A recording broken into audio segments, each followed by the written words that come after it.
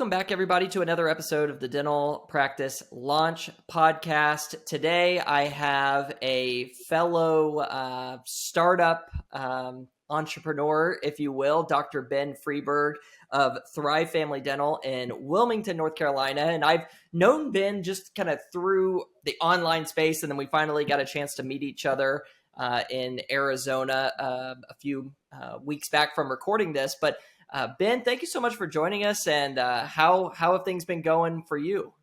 Good. Things have been going good. Yeah, we spring break was last week for us, so got to take our kids down to Universal Studios and to Crystal River, and my wife took the kids to the Taylor Swift concert. So it was a big week for the kids. You missed out on the Taylor Swift concert? I had a CE event in Ohio, and so they were driving to the concert as I was driving to the airport at that moment. So.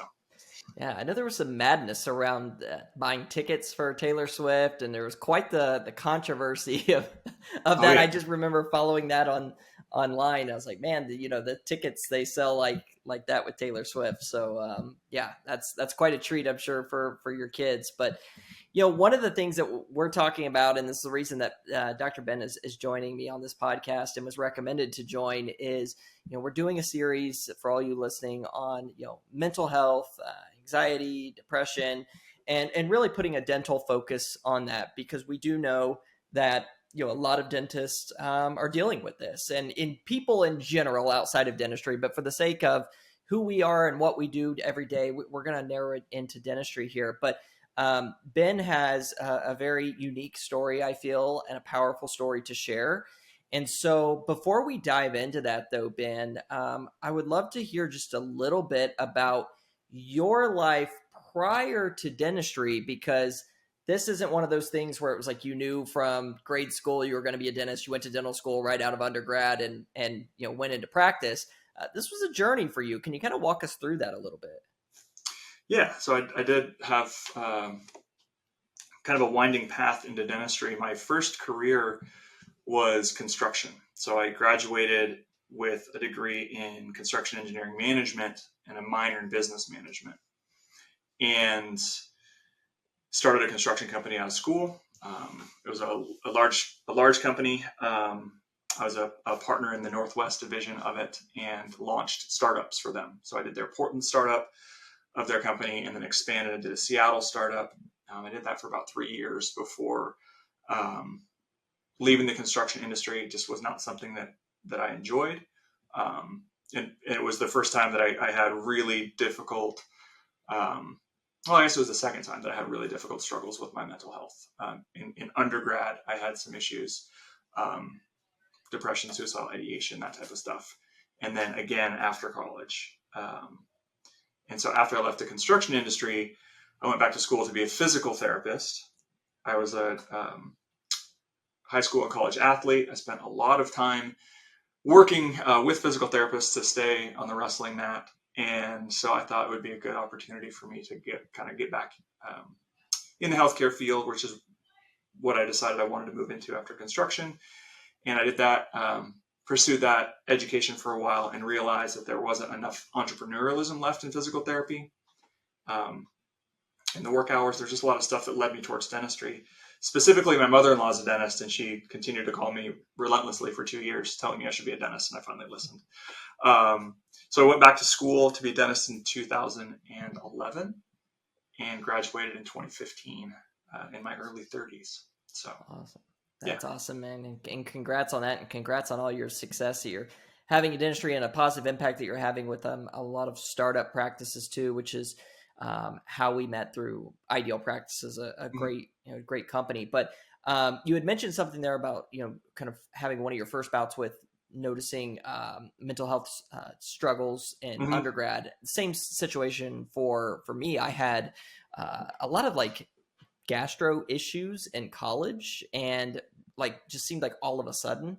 And I remember I couldn't figure it out. I'm like, what's going on? I never had all these issues, and had endoscopy at 19 or 20 years old, colonoscopy, the whole thing. They're trying to figure out what's going on. Saw so many different doctors, and ended up what somebody had said to me, a physician said, you have anxiety, and your anxiety is causing your gastro issues, which was basically like an inflammation of my stomach lining, gastritis. And that's when I was first introduced to me having anxiety, and I was put on a prescription, which then just like changed everything for me. You had similar things happen as far as, you know, dealing with anxieties and depressions. Walk us through, you know, when was that big turning point for you in your previous career when you knew you had, you know, something had to change, and that's when you ultimately made that transition? Yeah, so I had been running the construction company for about a year, and it was this. Stressful environment? Was it a stressful job or? Yeah, I mean, it was a startup construction company. I was literally cold calling, so going, walking into property management companies, apartment managers, HOA communities. We specialized in kind of rehabs of these developments and communities. So after the new construction all falls apart, 3 to 5 years after these communities are built, we come in and rehab them. And so I had to build relationships as a 22-year-old, right? Walking into these property managers, 50, 60, 70-year-old, people full into their careers, managing multi-million-dollar projects. And I'm walking in the door trying to convince them that they should pick me for it, so very, very stressful.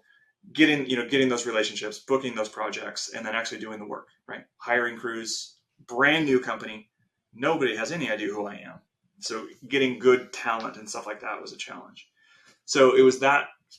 So it took a whole year to get that company off the ground. And after about a year of it, my wife and I and some friends went sea kayaking, which is one of our favorite things to do up in the Puget Sound in the Northwest.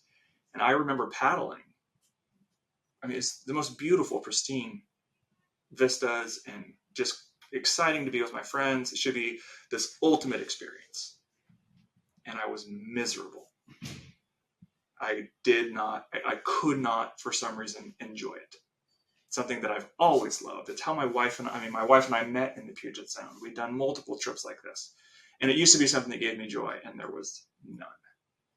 And that was kind of that first inkling that something bigger was going on. And I was dealing with, the anxiety, the tight chest, the hard time getting a full breath, constantly trying to sigh, and just every day. And that was just my daily routine almost. But this, and that's just my baseline anxiety. And I've had that since I was in high school.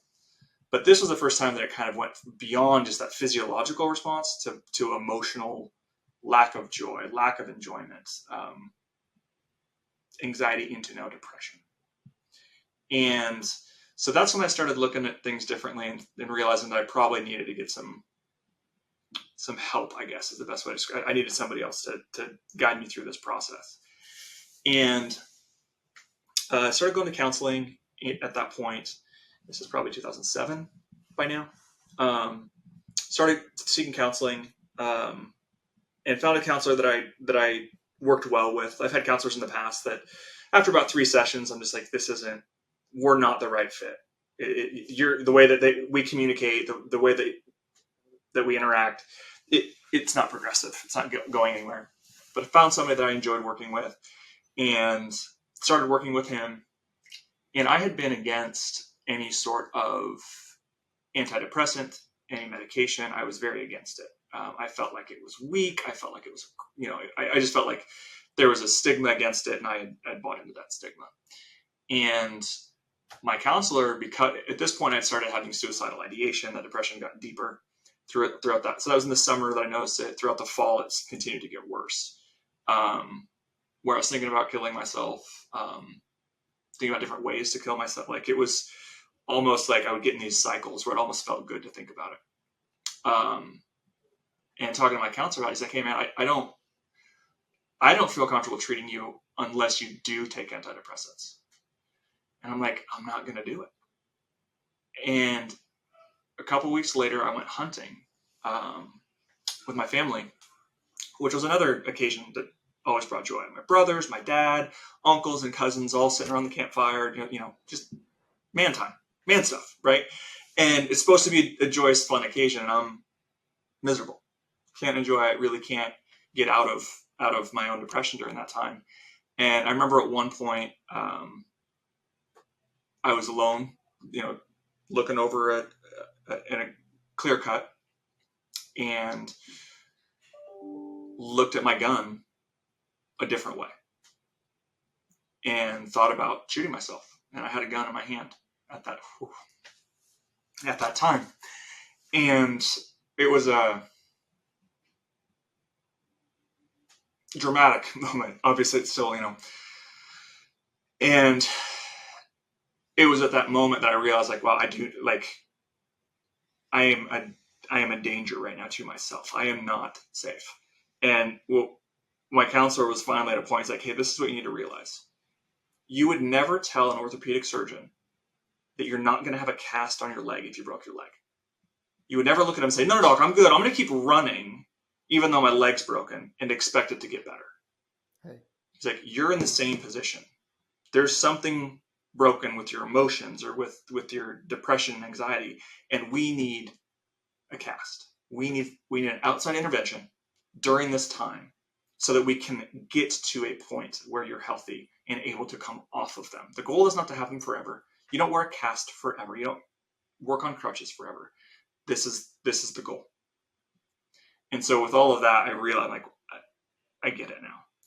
And so at that point, I went on antidepressants for about a year and a half, I would say, with regular counseling, lifestyle changes, and was able to come off of them and haven't been on them since.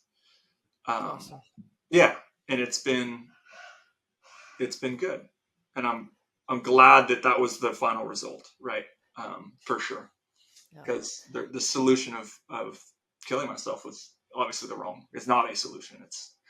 Now this was while you were at the startup construction company still during this time? Yeah, this is all during the construction, right after undergrad. So I'm in my mid-20s at this point. So you have this moment, you realize, okay, it's okay to go on a prescription and wear that cast, so to speak. At what point then did you realize, for the long-term happiness of yourself, your family, all of that, did you decide maybe it's okay to make a change? Because I see some anonymous posts in some of the dental groups, many of the ones that we're probably both in, and I'll see posts from dentists who are in residency, or maybe they're still in dental school, and they're like, I may have made a mistake, right? They may think that they may have chose the wrong career for whatever reason that may be. I mean, I was the same way in college. That what I started studying is not what I ended up finishing with, right? It's like when you're 17, 18, 19 years old, it's a big life decision that we're making. And sometimes we don't make it right. We're young. We're still figuring things out. But you made that transition and went back to school to study dentistry. What was kind of like that point? Was that it when you realized for long term you needed to doing something else that was just going to make you happier in the long run, or what was that? The one thing that before I started the commercial company, I worked in residential house painting. So painting houses to pay for college. And the only thing I really enjoyed about that was the relationships and the finished product, right? Having something that I could look at and be proud of. This was an ugly house and now it's a pretty house again. And the relationships that I was building with all these homeowners. And I really, really enjoyed that. And that was not at all in the commercial realm. It was cutthroat. It was lowest dollar relationships, as good as you could make them. At the end, it didn't matter. And that was not giving me any satisfaction in my career. And so that's why I ended up ultimately in dentistry. Great relationships, long-term relationships that matter, life-changing relationships, and a finished product that I can be proud of. I can take somebody's smile and turn it into something absolutely beautiful that they are proud of and that I can be proud of too. And so I was in the construction. I did that construction company for about 3.5 years before I made that transition out to do something different. And I didn't leave it knowing that I was going to go into dentistry. I thought I was going to go into physical therapy.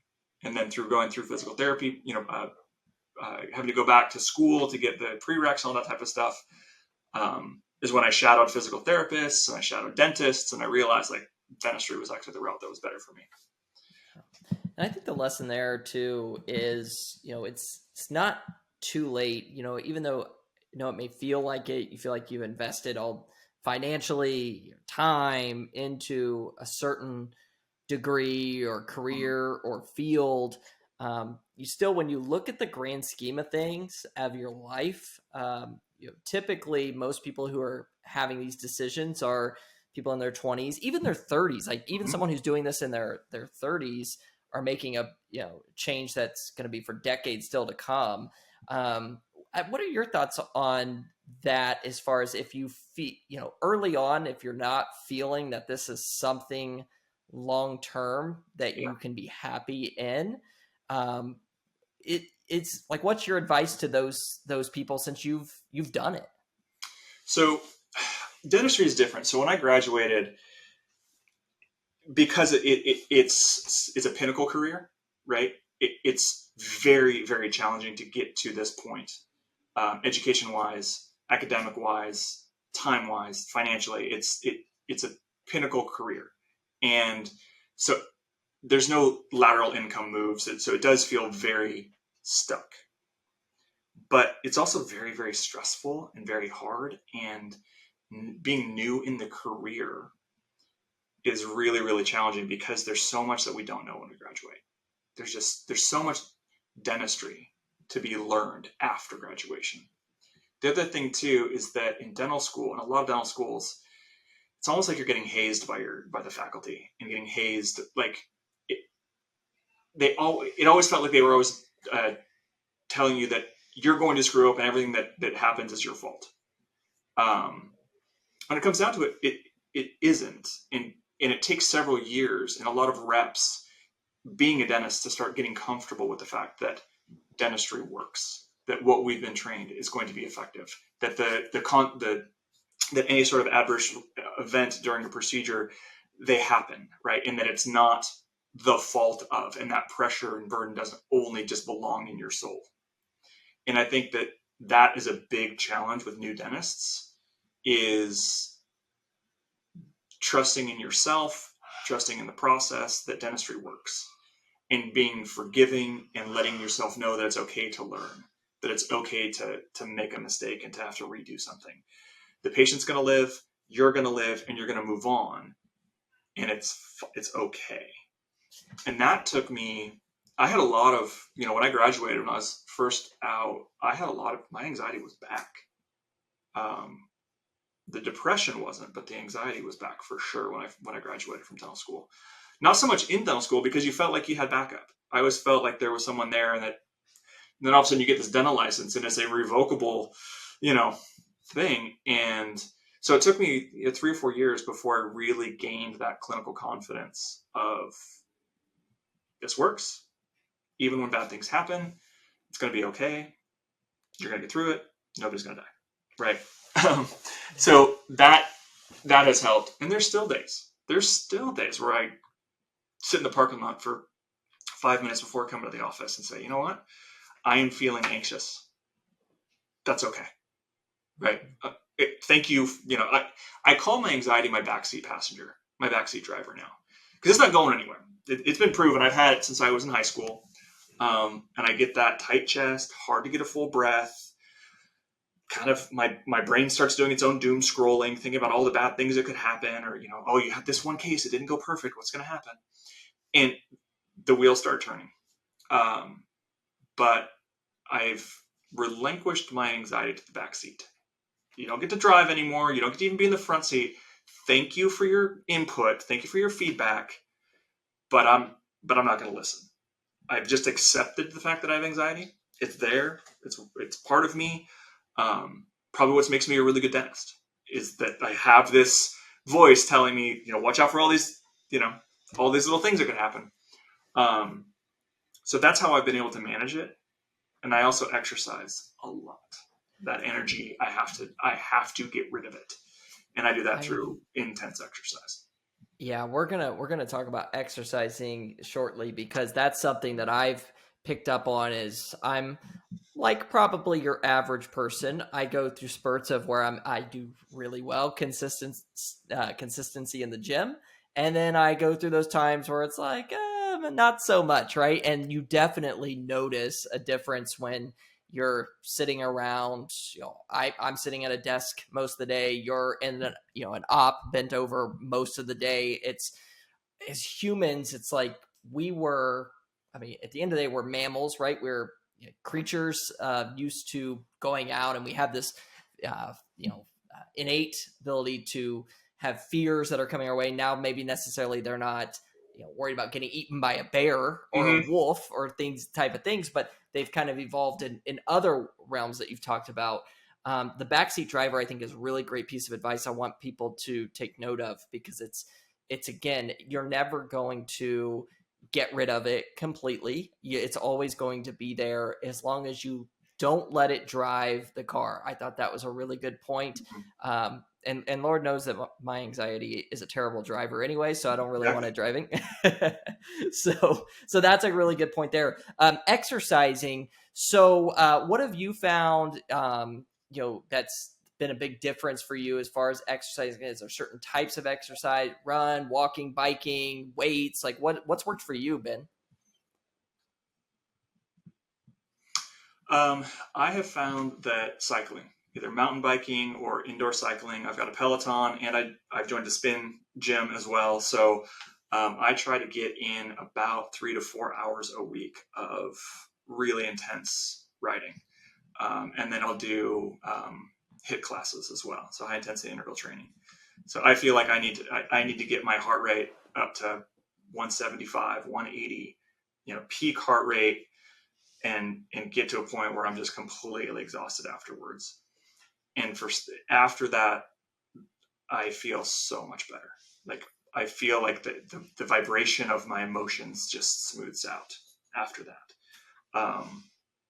I also take hot baths, like soaking, anything that I can do just for relaxation and off time, things that I have found work for me. And I make sure that I guard those times, because if I don't have those times, I'm worthless for everybody around me. As a leader of a practice with 6 employees, a husband, father of 2, if I am not taking good care of myself, it impacts negatively those around me. And my goal is, so my practice in life vision is that everyone who interacts with me is treated with love, dignity, and respect. But to be able to do that, I have to be in really good mental and physical health to do that. And so I guard those times. Every weekend, unless we're traveling, I make sure that I have a 2-hour window for exercise. So I'll do a 90-minute once a week. I'll do a 90-minute session. I'll do 30 minutes of HIIT, 60 minutes on the bike. I'll follow it up with an ice bath to really just anchor myself at least once a week. And knowing that that's my time to do the things that I need to do for myself, which then I can give to those around me, because I know that I've been taken care of. I have done what I need to do for myself. And there'll be times where there's extra stresses and there's more going on around me, and that 2-hour window is not enough. And I have to communicate to my wife and my family, hey guys, I need to go mountain biking. I need to get into the woods. I need to get away. And so we do that. But it just takes being conscious of how I'm feeling, checking in with my emotions, checking in with my patience. Am I getting upset easy? Am I getting frustrated easy? And when I start noticing that, I take additional steps to do the things that kind of feed my soul. We call it filling our buckets with our kids. So life is hard. It takes water out of your bucket. So you need to do things to fill your bucket. I like that. And, for the clinicians listening to this, they may say, had something that's really been bothering me at work. It's this, one particular case. It's just been, real pain with me, and it's been stressing me out. And I'm, worried about the patient's thoughts on this and all of these different things that start, going through their mind. When you're in the moment and something is bothering you like that, and you're not the only one, and people listening, you're not the only ones that go through this either. What have you found best when you can't step away to go bike or whatever the case is? You're in the office, something happens. What have you found to be the best way to kind of ground yourself or fill that bucket while, you still have things to do, yet before the day's over? Yeah. So anytime I have a case that that gets in there, right, where it just kind of perseverates and like, no matter what, like it keeps clicking back into your rotation of thoughts is, like who wants to be a millionaire? Like phone a friend, like get somebody else's input so they can speak me off the ledge, because I will catastrophize everything, right? Like thank you, anxiety. That's what it does for me. But when I call a friend with similar experiences and say, oh man, I did this thing and this is going on. Like, how am I going to fix this? It's going to be the worst. I'm going to have to, blah, blah, blah. It's going to cost me $25,000. I'm going to lose my dental license. It's going to, end of the world. And they're like, yeah, probably not. And just having that social group of like-minded, dentists that you can call and talk through cases, and having that support group is really, really important. Being a dentist, being a solo practice owner, I would say, it's got to be one of the most isolating things, because nobody around us has the knowledge that we do, right? Our staff doesn't, our patients don't. We're the sole kind of burden holder for kind of keeping that all together. And it's very, very isolating. And so having other dentists to be able to talk to about that, to be able to relate to, is super important. One, it keeps your head on straight. It keeps you from drinking your own Kool-Aid too. It keeps you humble by having other dentists to talk to, but it also is a great support group, support network, and kind of keeps you from also going off the deep end with your own anxieties and catastrophizing thoughts for challenging cases. Yeah, it's like not enough just to be, solo practitioner in the practice, but then it's like, oh, by the way, many of you too are business owners too, and you're running the business, and that people are relying on you and your reputation and all of these different things that go into it. And I feel that, personally in my business as well, around my team, it's sometimes when I'll, have those days where I just look and I'm like, oh my gosh, look how many people, are relying on me and the things that I do, but then I have to, again, kind of take a step back, let that anxiety know it's in the backseat. Like, okay, thank you for your input, but we're a team here at the end of the day too, right? It isn't just on me, although it may seem like that. And I think that's important for people to sit back and reflect on. And you brought up a good point about having a support group. I have found, and for me personally, the times that I've had the biggest struggles were during some of the most isolating times of my life.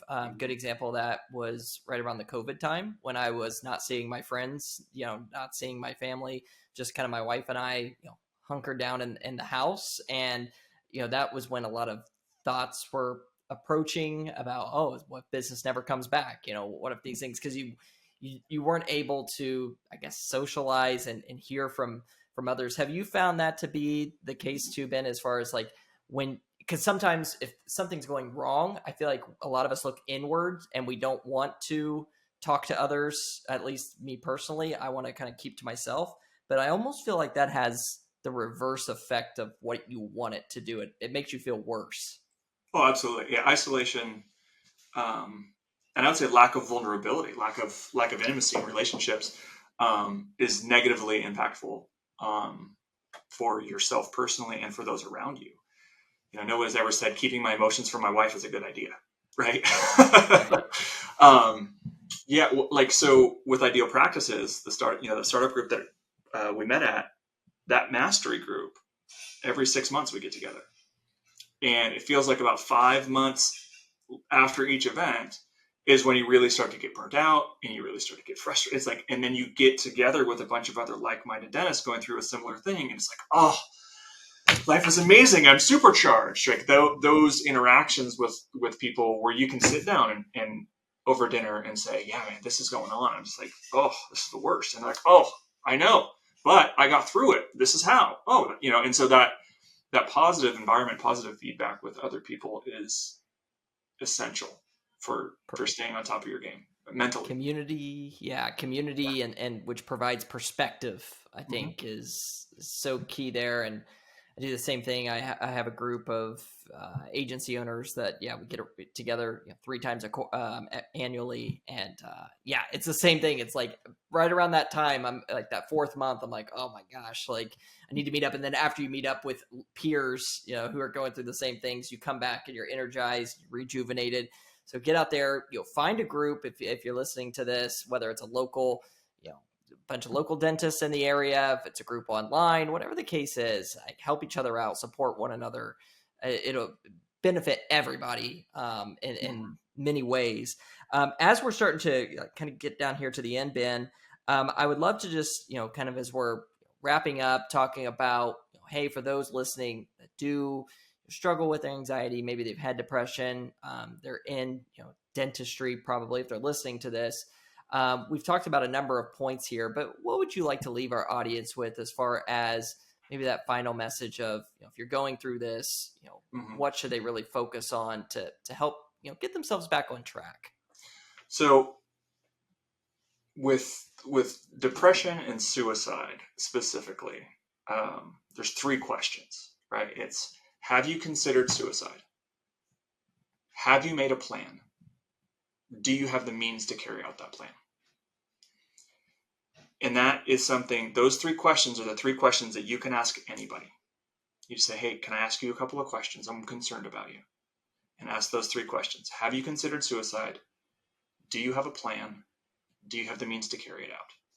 And that's going to give you kind of an intervention urgency. If they answer yes to all 3, you should probably be taking them to a hospital. That will likely save their lives. I was lucky is that I didn't have a plan, but I had a thought of suicide and I had a gun in the woods, right? If I had thought about going into the woods to kill myself and had the gun, the chances of me doing it are significantly higher. So those 3 questions kind of allow you to gauge the level of intervention that's necessary. And if you're able to answer yes to any of those questions, reach out to me. It's Dr. Friberg, Friberg, at thrivefamilydental.com. Reach out to a friend. Reach out to the suicide hotline. Get help. Suicide is never the option. It will never be an option. It will never solve the problems that you think you can't solve. So that, I guess that's where I would leave it, is if you can answer yes to any of those questions, seek immediate and be very, very intense about going after treatment for it. We talk about different types of sickness. Depression and anxiety is brain pain, right? It's like and you don't know how to get out of it, and that's why suicide becomes an idea, right? So seek care to solve the solution, to find the solution that's actually going to work for it. Yeah, that's very well said. And we will put Ben's email down here as well as a link to those different resources that we talked about as well. And I think the important note to leave this on is, these things are temporary. These pitfalls that we fall into, we can get out of them, with the help of others, exercise, professional counseling, sometimes medication. We can get out of that. And I think, you're a great testament to that, with your story and where you are today and the amazing things that you're doing and the other dentists that you're helping, with their practices. I would love, for you to kind of talk a little bit about that and how you've kind of seen that, 180 almost happen in your life from, a little over a decade ago. And Sure. just how have things changed for you now that you've equipped yourself maybe with the tools that how to manage? Yeah, I mean, the big thing now is that the emotional cycles, the valleys have been cut off, right? So my lows don't get nearly as low as they ever did before, which is nice. And that's through taking care of myself, community, exercise, spirituality, that type, making sure that I'm focused on those things and diligent about them. And I would say that one thing that's cool is that when I first became a dentist and got out, a lot of anxiety, a lot of worry. And my wife and I would talk like, can you do this for the rest of your life? Are you going to be able to sustain this level of stress and anxiety till you can retire?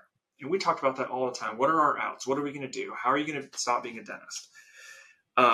We don't have those conversations anymore. And that's because I took the continuing education continuum courses and spent time with other dentists and had mentors and realized that dentistry is actually a really fun career. And at first it's overwhelming, but as you grow as a practitioner and you get over those kind of growing pains of first being out on your own, and realizing that it's not always your fault, and that if it is your fault, you can fix it. And if you can't, that's what specialists are for. So, and to emotionally distance yourself a little bit, you do have to back away emotionally from the chair. Doesn't mean you don't care for people, you don't love people, but you can't always take it home with you. And after, I would say, for me, it was about 4 or 5 years, it clicked. And dentistry is great. I see more. I feel like dentistry wise, it's like in the Matrix, you start seeing the ones and the zeros, right? Like, but that takes time and it takes intention and focus to get there. And I've talked to many, many dentists that transition happens between 5 and 7 years into your career, where you start to realize like, oh, I do got this.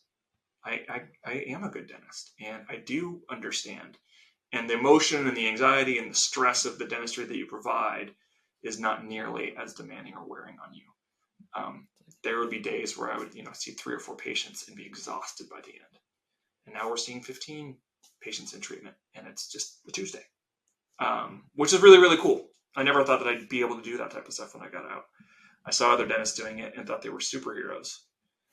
And now we're doing it in our office and realize like, oh, that's just because we're there. We've got to that point in our career. Yeah, so being a dentist, it's like being an NFL quarterback. When you come out of college, very rarely do people just go out and are Pro Bowl level superstar type quarterback. It takes years of, reps, like you'd mentioned earlier, reading the defense or, doing dentistry, making some mistakes, learning from those mistakes to get yourself to that point to where you are, at that level that you're talking about. Right. Absolutely. Yeah. It's a time thing. So for those dentists that are listening to this, that are earlier on in their careers and feel that stress of like, oh my gosh, I don't know if I can do this for the rest of my life. Keep pushing, keep going. Make sure that you're taking care of yourself, eating well, sleeping well, exercising, building community so that you're ready for it. And then continue to push on. And there will be between 5 and 7 years for everybody I've talked to, a click. And it's just one day you walk into work and you're like, I got this. And it'll just happen naturally. That's awesome. Dude, Ben, this was a great conversation. For the sake of time, I cut it off here, but I could go on and on about this stuff. Thank you so much, Dr. Ben Friberg, for joining us here on the podcast. I know a lot of people are going to be able to benefit from this. I'm excited to get this message out, share it. Again, we'll have Ben's email plugged down in the show notes here. So if you want to reach out to him, if you have any questions, definitely do that. He's a great resource to have. And Ben, thank you again for joining us. It's been an absolute pleasure. Absolutely. Thanks, Shane.